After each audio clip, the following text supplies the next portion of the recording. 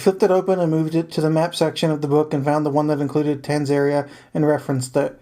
He traced his finger along one of the roadways and said, "It looks like we can still get to Gothreed Mountain if we leave the city, travel east and then south, and come to the north side of the mountain. There's a trail that wraps around the base of the mountain and will let us get to the tomb without any issue." He measured out the distances and made marks with his pencil that he kept inside his book's cover. "It shouldn't take more than an extra 4 or 5 days of travel to get through to the trail and around the mountain and then up to the tomb," said Barklin. The others looked relieved and smiled at the raccoons. "Then that's what we'll do. Once you have your letter written and we're ready to go in the morning, we'll travel north from the crossroads by the bridge and go and see if your parents are at the family house in Tanzania," said Samuel.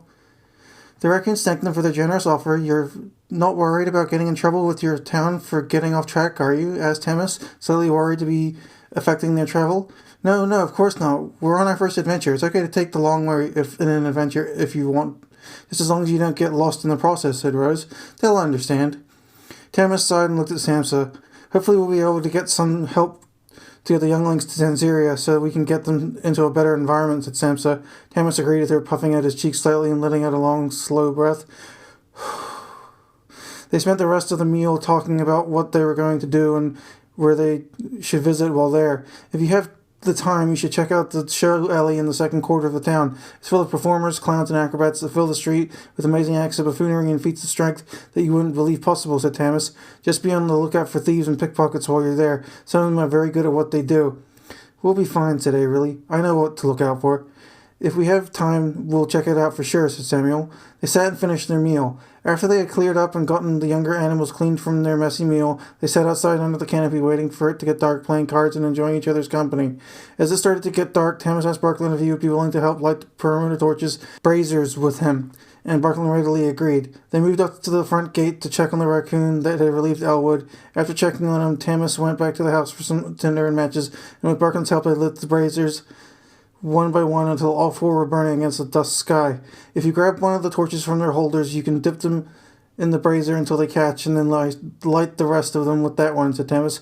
"All right, I'll start at one end and meet you in the middle," said Barklin. He grabbed the nearest torch from its sconce, lit its nearest neighbor, and moved off in the opposite direction from Tamis, lighting the rest of them in order. A few minutes later, he disappeared behind the house and could not be seen coming around the other side of the building. A few minutes after that, they reached each other at the final wall. Tamis thanked them. "That was quick. Usually that takes me twice as long to get them done. I haven't let any of my brothers or sisters help me with it yet because I don't want them accidentally getting burnt, dropping the torch on the grass if it gets too hot."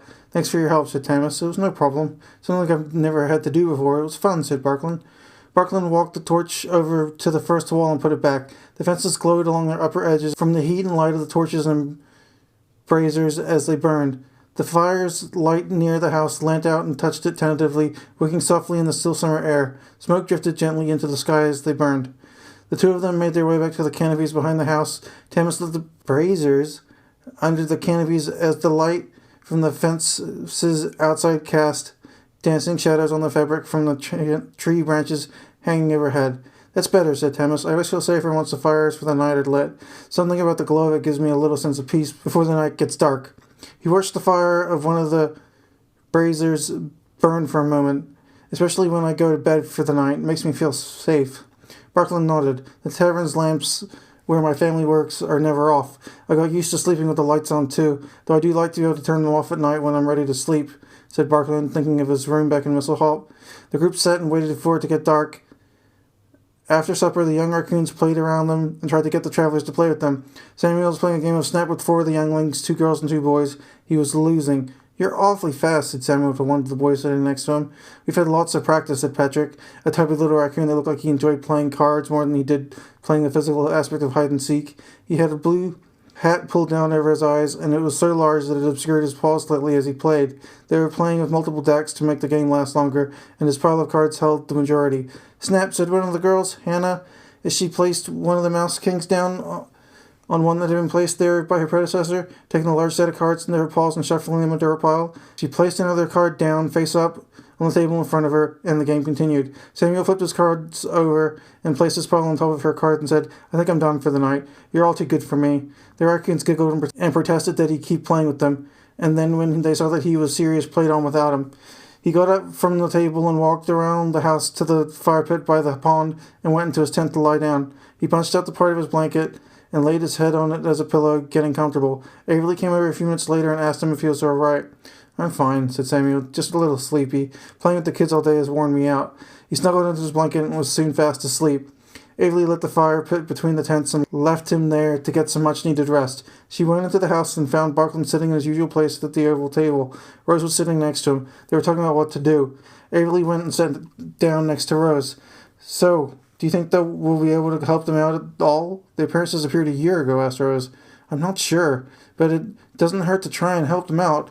And we get to extend our journey a bit, so it seems like it's a win. Plus, I wouldn't mind seeing this library of theirs. I'm sure there are plenty of animals that know the family that once were up there will be able to help us arrange carriages for them to be brought up to their house in the city. They'll have a better chance of finding their parents and getting help with all their younger brothers and sisters if they're around other animals," said Barkland. Avery agreed. "I think you're right, Barkland," said Avery. He pointed towards the large cloth-bound book he was reading. "Have you learned anything else about the rams or their practices?" asked Avery. "A bit. It seems that they worship Netherine by finding or creating these magical entities known as talismans. They imbue the magical force of those they have abducted to open a pathway to another plane and pull these little creatures through and trap them in a natural element, fire, earth, water, or air, or even life force if they're powerful enough, and trap them inside trinkets that let them use the power of the imprisoned to make themselves more powerful or help activate these things that are only referred to as the ancients in the text. The book is damaged, so not all the drawings make sense, but they seem to be the weapons I mentioned earlier. There are stories of using these golems to win wars and defeat evil animals that tried to control populations through fear and violence. This was hundreds of years ago, but it mentions that the golems can be used to unite and heal the sick and protect the precious if the right animals activate them or lay waste to whole populations if used by those that would misuse them. "It's some mystical heady stuff," said Barkland, closing the book. He rubbed his eyes and began massaging his temples gently. "I'm glad nothing like that is around anymore," said Avery. "I'm not sure," said Barkland, but was called off by Tamas as he came bounding through the door. "You've got to come outside. There's something going on," exclaimed Tamas. The three of them got up from the table and ran outside behind him. They stood on the grass field and watched as the first braziers' flames glowed purple, then green, then back to purple again, and the queerly colored flames passed from braziers outward to the torches beside them until every light source in the night sky was purple-green fire. "What the hell is going on?" asked Rose. She ran over to the tent to grab her staff. Barkland came with her to find his bow. She shook Samuel's tent violently. Get up! Get up! Something strange is going on. Get your sword! We've got to protect the younglings," Rose yelled at him. Samuel stirred and then crawled out of his tent, his sword leading the way. "Okay, I'm up. What's going on?" said Samuel. "Look at the fence line," yelled Rose. "That's not normal. We've got to get the children into the house where they'll be safe." "Right," responded Samuel. They came back to Tamas and the others. "We're going to round up the kids and get them inside, then we can meet back here and think of what to do next," said Samsa. They agreed and split up. Tamas ran around the back of the house and found that the children had been playing cards carrying under the table. He got them up and told them to come with him into the house where they could hide under their beds where it was safer. They followed him inside. Rose, Samuel, Barkland, Avery, and Samsa did the same, finding the other children around the yard, and in short order the children were all accounted for and tucked under their beds in the back of the house. Samsa drew the curtains so they wouldn't have to see the purple flames throw shadows against the house.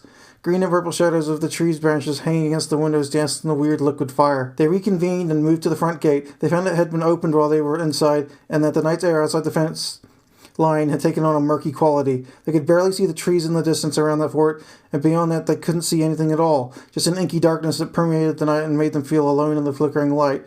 A voice rang out from the darkness. "Do not worry, little ones. We're not here to hurt you. In fact, we have something to give you, something incredibly special. We've been watching you for months." A ring of rams stepped out from the darkness and surrounded the fort.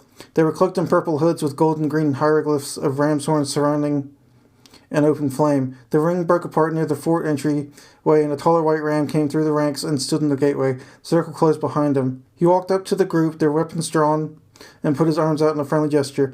"Put your weapons down," he said. "We're not here to hurt you.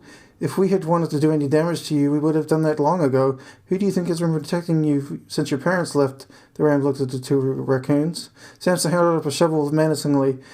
"How do we know you didn't take them?" yelled Samsa. "If you wanted to, you could have made them disappear." She was incensed. The white ram walked over to her and placed a hoof on the hilt of the shovel above where she was holding it, lowering it gently. He looked deeply into her eyes with his rectangular pupils and said, "Child, we don't know what happened to them, but we knew they were studying our ways and they were good animals. We've been keeping an eye on you for the past year, making sure you're safe until they return. We would never harm a family such as yours, and for the record, we don't do the sacrificial thing anymore. It's easier just to make things with magic now than with blood of unlucky animals. We've modernized quite a bit." He smiled at her, large square teeth spreading generously from behind black lips. She dropped the shovel down slightly farther, but kept her grip firmly at the ready in case she had to use it on him. They may have found one of the lesser-known books of the more powerful spells, like teleportation, and could have practiced a spell they weren't too sure the consequences of, and poof, gone. Some great distance before knowing the spell to get back, for all we know, said the ram. "I'm happy to speculate with you all night over where your parents went if you want," noticing the look on Samson and Tamsin's faces.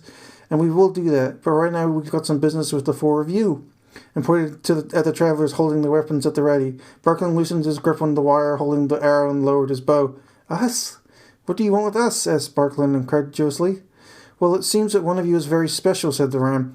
"But before we get back to that, though," lowering his cloak cowl through his head, "I think I should introduce myself." He smiled at all of them and clapped his hooves together gregariously. "I'm Martin O'Dim," said the ram. "I'm the leader of the sect of the Netherine, and it's a pleasure to finally get to meet all of you."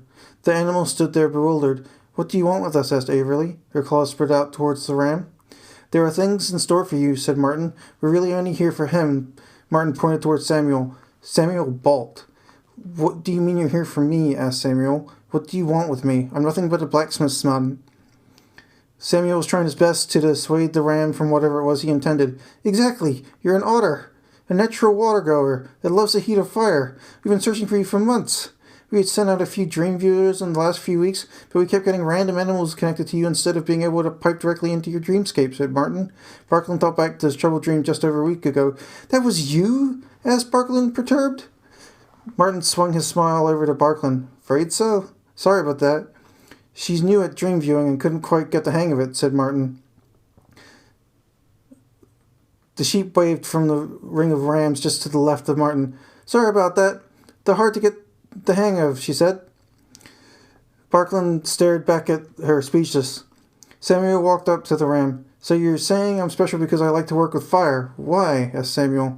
Martin turned his back to him and his smile broadened. There seemed to be too many teeth in his head, making the smile slightly creepy. "You're special, my boy, because she says you are. She picked you out of everyone," said Martin. Samuel faltered for a moment. "Who did?" asked Samuel. Martin reached into his cloak and pulled out a small lantern. The rams behind him began chanting softly as he held it up to Samuel. Sitting inside was a small blue flame. Smoke converged to give it the appearance of having eyes and a mouth. The rams stopped their soft chant, and a voice spoke out from the little lantern. "I did," said the flame. "My name is Chibri." The animal stared at the flame, gobsmacked. "That flame is talking. That flame is actually talking," said Averly, her eyes wide. "Of course I am. Why wouldn't I be able to talk? I'm pure magic, for goodness sake," said the little flame. Averly thought about it for a second and said, "I've just never seen anything that amazing before." Martin moved over to her and whispered to her, "You haven't seen nothing yet." The rams started chanting, getting louder. The fires along the fence line whipped to and fro in response to their mantra. The air around the fort got darker. The darkness closed in on them until none of the trees could be seen and only the courtyard remained. "You're going to love this," yelled Martin over the loud chanting. The flame inside the lantern started to change color. First red, then green, then orange and yellow. The colors began to cycle faster and faster. The fires on the fence tops burned in sequence with it, getting larger and larger. The flame seemed to grow inside the lantern. Chibri moved out of the lantern and kept growing until she was about the size of Rose, if not a little taller, considering she floated about a foot above the ground. The flame smiled. "That's better," said Chibri. "I've been stuck in that lantern for weeks, and it was starting to feel a little cramped." Chibri stretched and lengthened as though stretching an imaginary spine. After she was done, she moved over to Samuel. She had changed into a bright orange center with yellow wisps of flame rotating outward from her central point. She smiled at Samuel, and a small hand formed at her side. She reached out and placed it in front of him and said, "Glad to meet you, Flame Warper. I've waited years for you to show up again." Samuel tentatively reached his paw out to grasp the flame's hand. Where his fur met her heat, Chibri's flame turned a bright blue. "See, I told you it was the one," said Chibri, turning to Martin, who was amazingly enough seemed to smile even wider than before. She turned back to Samuel and said, "I can't burn flame warpers." Rose and the others watched thunderstruck as the flames licked up Samuel's paw and forearm. "You and your friends are safe from me as long as we're together," said Chibri, turning and facing the others with a smile. She placed her hand back at her side. It disappeared promptly with a small sizzle of white smoke. Samuel held out his paw as though it were unreal. "How? How did you not burn me?" asked Samuel. You're naturally immune to my heat, said Chibri. It's a very special, very rare gift. Someone in your family line must have been a fire magic user. It tends to run in the blood. It doesn't mean you get to control me, though, like these folk think they do. She pointed back at the rams, and Martin smiled at her. We only made you. We knew you were going to have to let you go at some point. I just didn't want to think it was going to be quickly. We became rather fond of you, if I must say, said Martin. I'm glad it was sooner rather than later, said Chibri. You guys snore too much. Martin laughed, shrugging his shoulders. Rose was leaning on her staff, staring at Samuel. She couldn't seem to believe what she was seeing, but at the same time her smile couldn't have been any larger. This is what I meant. This is real adventure, said Rose. Who would have guessed that Samuel was some magical file wielder, and we would get to add a magical talking flame to our group? She was more than excited. Samuel was still rubbing his paw, which tingled slightly, and stared at the floating flame.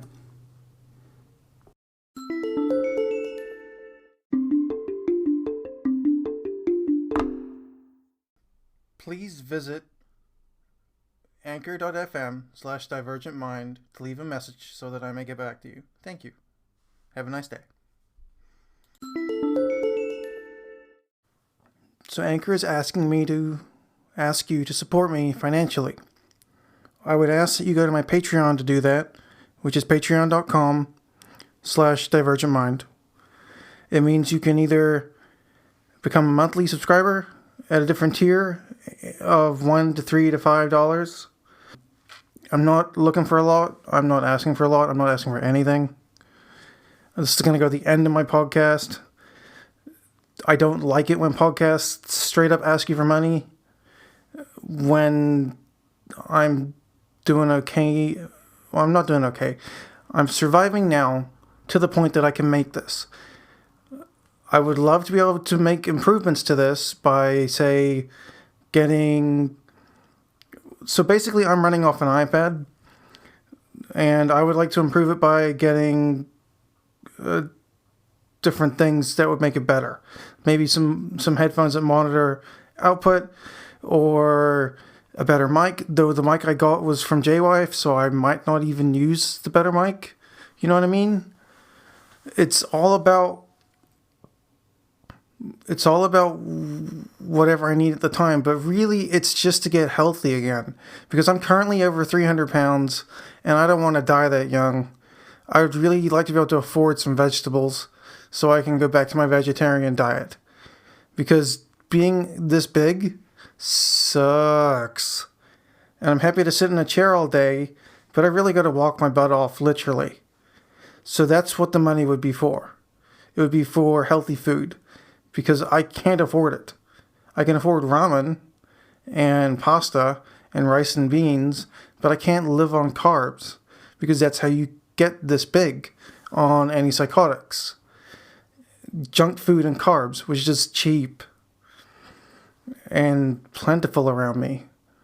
So I would like to leave my house and just lose some weight. And to do that, I would like to go to the store and buy some vegetables, please. But you don't have to do anything. I'm not asking you to. I'm not begging. I'll figure it out on my own. Much pleasure, Jay.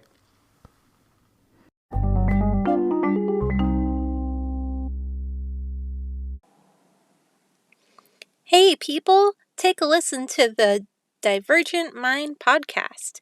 You get both insight into living with a serious mental illness, and get to listen to a lovely tale about a journey cute little animals need to take.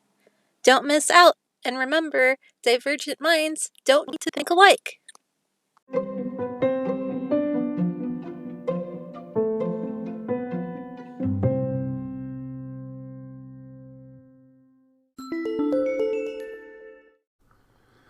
Okay, so I just wanted to let you know that I have a YouTube channel called Taught Myself, and that I've decided to start selling merch already with a phrase that my brother showed me saying, "My disability is invisible," of which I made a hat for myself. So I decided to make hats, shirts, hoodies, for both men and women on Spreadshirt.com. All you have to do is search for "My disability is invisible." It's in green, and that's mine. You'll know it's me because when you click the sale icon, the same little Divergent mind icon comes up. And I hope you'll support me.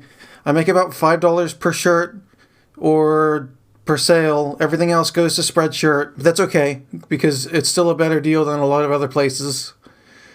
And I really hope you'll support me. Come check me out on the YouTube. Teach me how to do that properly so I can have a community there too.